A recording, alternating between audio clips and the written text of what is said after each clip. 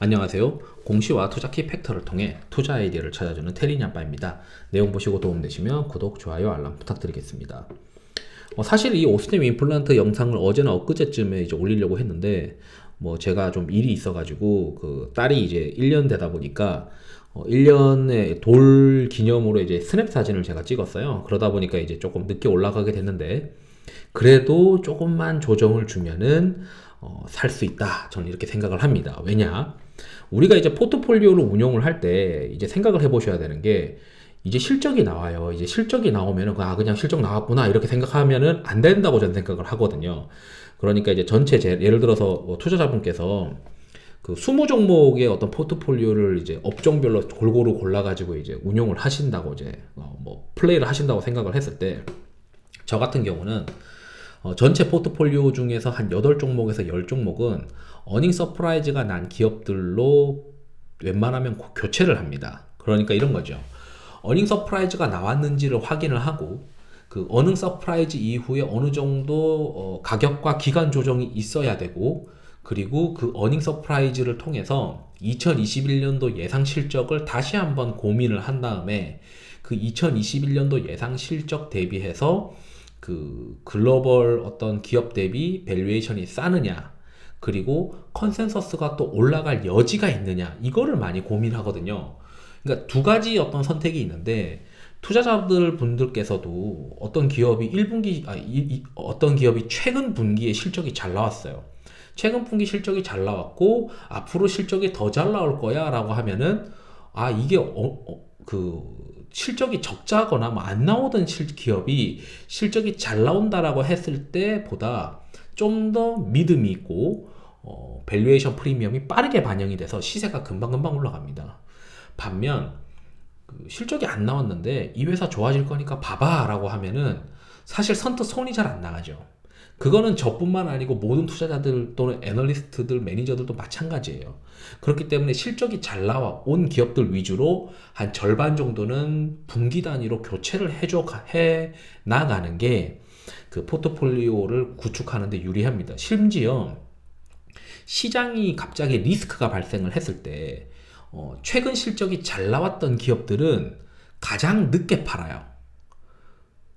가장 먼저 파는 거는 불확실성이 높은 기업들입니다. 그 말은 최근 실적이 안 좋은데 너무 이제 미래 실적 스토리만 가지고 좋아진다라고 했던 기업들은 일단 1차적으로 먼저 비중을 줄입니다. 투자자들은 대부분 다 그런 것 같아요. 매니저들도 마찬가지예요. 그래서 시장 경기에 대해서 민감한 기업들부터 먼저 패버리죠. 시장이 변동성이 높아지거나 이럴 때. 그리고 그러면서 가장 마지막까지 들고 가는 게 삼성전자는 꾸준하게 들고 가죠. 왜냐면 최근과 같은 경우에는 DRAM 가격도 괜찮고 하다 보니까 또는 시스템 반도체가 이제 자꾸 드라이브가 걸리면서 매출이 늘어날 것으로 이제 기대가 되니까 가장 이제 안 파는 어떤 기업들이 되면서 어쨌든 사족이 빠졌는데 사족으로 지금 내용이 빠졌는데 포트폴리오의 절반은 실적이 나오면 분기 단위로 조금씩 교체를 하는 게 좋고 어닝 서프라이즈가 난 기업들을 대상으로 봐야 한다라고 저는 이제 생각을 합니다. 그게 주가가 올랐다고 해서 겁낼 필요는 없는 거 아니냐 이렇게 말씀드리고 싶고요. 최근에 이제 잠정 실적이 발표되면서 주가가 한번 뛰었죠. 시장에서는 그 종목 분석을 보게 되면은 컨센서스 4분기 이제 영업이익이 한 176억으로 나올 거라고 지금 생각을 한 것 같습니다. 왜 임플란트 기업들이 그 4분기 때 이제 실적을 이렇게 그 보수적으로 봤냐라고 생각을 하면 늘 이제 실적이 왔다 갔다 왔다 갔다 해요.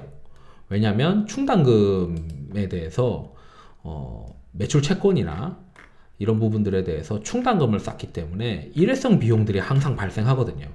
이러한 일회성 비용들에 대해서 시장에서는 그 신뢰성이 좀 얻기 힘들다라고 이렇게 생각을 많이 하셨고 다행히 이제 오스템 임플란트의 그 충당금 비중이 점점 낮아지고 있기 때문에 일회성 비용에 대한 리스크가 점점 낮아지다 보니 오스템 임플란트가 비용 통제가 되는 것 같다라는 게 이제 핵심 내용이었죠. 그래서 10월 달에 이제 나왔던 그 한국투자증권 보고서인데 이제 탑픽을 그때 당시에도 오스템 임플란트로 설정을 해서 저도 좀 많이 관심을 가졌던 리포트인데 설마 이제 4분기 저도 이제 4분기 실적이 비용 인식할 것 같은데 라고 이제 생각을 좀 했었거든요. 근데 그러한 생각을 깨듯이 잠정 실적이 딱 나왔는데 영업이익을 470억을 발표를 해버립니다. 그 말은 이제 실제 매출 증가율을 통해서 비용에 대해서 통제가 되는 어떤 모습들을 좀 보여주는 그런 느낌이었고, 그래도 이제 애널리스트 한 분이 4분기 실적에 대해서 코멘트를 달아놨어요. 그 코멘트를 보니까 우선 지역별 매출 성장률이 전년 동기 대비 이제 늘어난 것 같다라고 되어 있죠. YOY로 중국과 북미 기준으로 매출이 많이 늘어났다. 그리고 재고자산 평가 충당금과 반품 충당금, 대손 충당금 등 일회성의 환입 금액이 있었다. 그러니까 비용을 많이 잡아놨다가 그게 100억 정도는 환입된 것 같다라고 이제 이야기를 하신 것 같아요. 그리고 영업이익률은 그럼에도 불구하고 한 19% 나왔다라는 거죠. 과거에 오스템 임플란트의 영업이익률이 이제 19%까지 나오는 정도면은 엄청나게 많이 나오는 거죠. 분기 단위로 지금 뭐 맥스 한 16% 나왔었는데 지금 그 일회성 비용 빼더라도 이제 19%를 기록했다는 거는 잘 나온 거다라고 저는 생각을 하고, 연간 이제 영업이익률이 이때까지 기록하지 못했던 영업이익률이 나오는 거고, 요러한 시절 5% 6% 나왔던 시절에는 맨날 이제 뭐 일회성 비용들이 반영되다 보니까 그 리스크가 불거졌던 거고, 중국 시장 진출하면서 거기에서 발생되는 어떤 매출 채권들이 회수가 가능성이 좀 낮은 것들에 대해서 자꾸 이제 미수 매출 채권 발생이 되다 보니까 일회성 비용들이 발생을 했던 것 같다라고 시장에서는 추정을 하고 있죠. 근데 전사 매출 채권 비중이 낮아지고 있는 모습들을 보면, 또는 매출 대비 재고자산 비중이 낮아지는 모습들을 보니 비용 통제가 오스템 임플란트가 되어가고 있으니 2021년도부터는 실적이 좋아질 거다. 이제는 비용 통제되면서 매출이 증가하니까 영업 레버리지가 나타나지 않겠느냐. 이게 이제 핵심 투자 포인트였는데 생각 외로 실적이 잘 나왔고, 여기 애널리스트 분도 이제 중국 법인의 영업이익이 자기가 추정했을 때는 이렇게 된 것 같다라고, 증가한 것 같다라고 되어 있죠. 여기 이제 재밌는 이야기가 있습니다. 2021년도의 실적 변수는 중국과 미국의 매출인데, 이게 이제 지금 정도의 어떤 수익성이 유지된다고 하면은 한 970억, 한 1000억 정도의 영업이익은 되지 않겠느냐, 이렇게 생각을 한 것 같아요. 여기 보시면은 순이익이 좀 빠지는 거는 오스템 임플란트가 2019년도에 있었던 추징금 대비해서 환급 받는 게 있어가지고 그 부분을 제거해서, 그 부분은 당연히 이제 빼서 생각해야 되니까 어느 정도 빼서 생각하면 한 600억 정도 지배주주 순이익 나오지 않겠냐, 이렇게 추정을 하는 것 같아요. 근데 이제 이런 내용이 있죠. 사업보고서 공시한 이후에 국가별 실적과 비용 구조를 이제 자세하게 파악이 될 수 있으니까 그때 내가 예상 실적과 목표 주가를 올릴 것이다 라는 거죠. 그러면은 지금 여기 이 내용이 있어요. 이제 사업보고서 나오면은 오스템 임플란트의 어떤 중국과 미국 매출의 어떤 변화율과 이익률을 판단할 수가 있으니까 2021년도 컨센서스가 올라갈 수도 있습니다 라는 내용이거든요. 근데 이제 뭐 때문에 그러냐를 보시게 되면, 여기 공시를 보면 분기보고서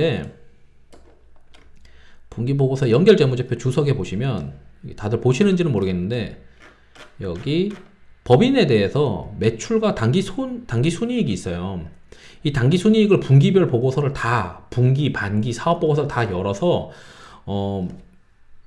애널리스트들은 다 이거를 다 기입을 해서 전사 매출을 관리하고 연결 손익을 관리를 할 텐데, 특히 이제 여기 중국과 미국과 중국의 어떤 매출과 수익성이 관건일 겁니다. 특히 4분기에 매출과 당기순이익이 3분기까지 누적을 빼서 4분기, 그러니까 분기별로 이제 영업이익률이 순이익률이 어떻게 되느냐, 그리고 나서 회사에 이제 뭐 물어보겠죠. 영업이익률은 어떻게 된 겁니까? 뭐 이렇게 해서 순이익률의 어떤 트렌드를 보려고 할 거예요. 그리고 나서 그 트렌드를 다시 한번 파악을 해서 2021년도 예상 실적을 더 좋게 볼 수도 있습니다 라고 지금 얘기를 해놨죠.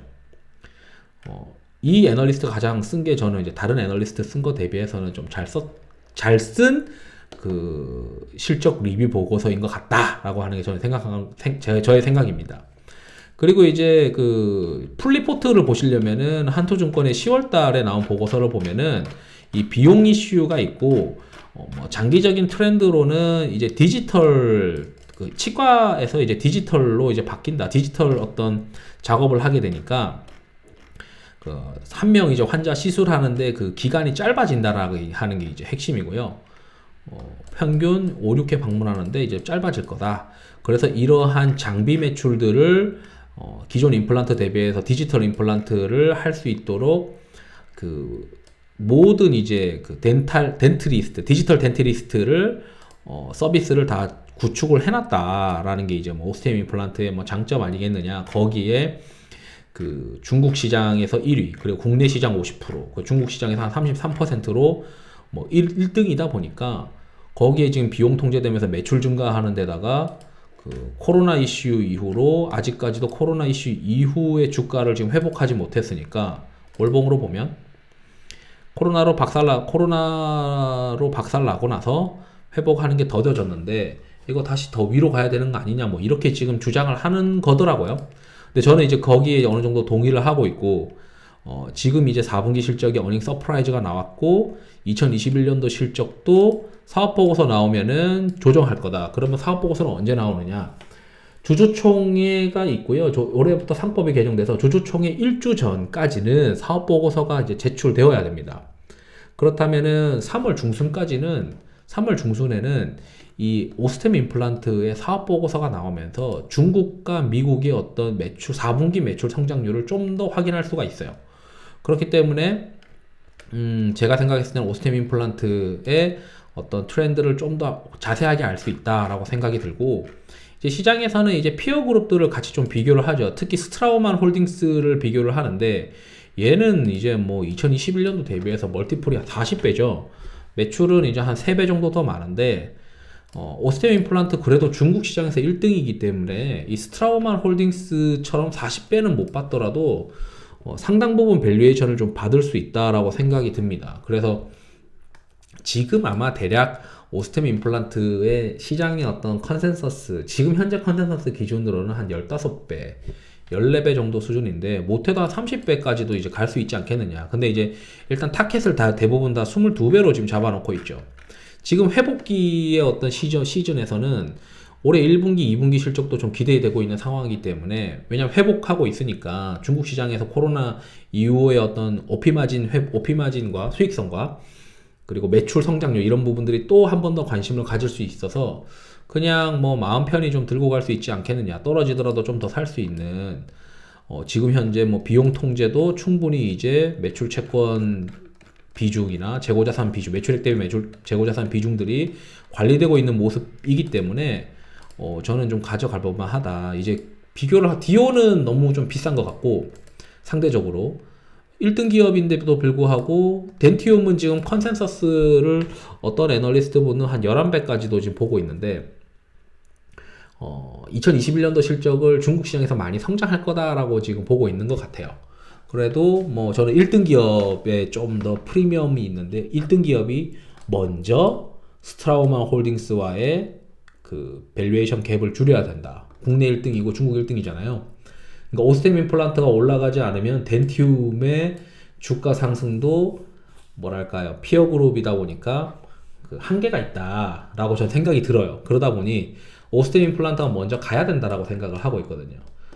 그래서 이제 사업보고서 나올 때까지 또 한 번 더, 사업보고서가 나오면 주가가 한 번 더 갈 수가 있기 때문에 사실은 여기 이 실적 발표에서 이 중간값이라고 하죠. 여기 거래되는 거래대금의 평균 가격이 한 요 정도 65,000원이니까 65,000원 근처만 오면은 영상 올려드려야지 라고 생각을 하고 있었는데 제가 좀 일정이 있어가지고 돌손앱이라고 하는 일정 때문에 조금 늦게 올리게 됐습니다. 그럼에도 불구하고 여기서 뭐 단박에 치고 가진 않겠죠. 그래도 뭐 한번 좀 조정받게 되면은 그래도 관심 가져야 된다. 왜냐면 피어 그룹 대비해서 싸다. 시장에서는 멀티플을 22배라고 보고 있는데 이거 언제 또 막 30배 줘야 된다라고 막 이제 얘기할 가능성도 높고, 그 이슈는 중국과 미국 매출 성장하는 것과 중국 1등, 한국 1등인 오스템 임플란트가 밸류에이션 갭을 먼저 스트라우만과 줄여나가야 그 뒤에 덴티움도 줄여나가는 거다라고 저는 생각을 해요.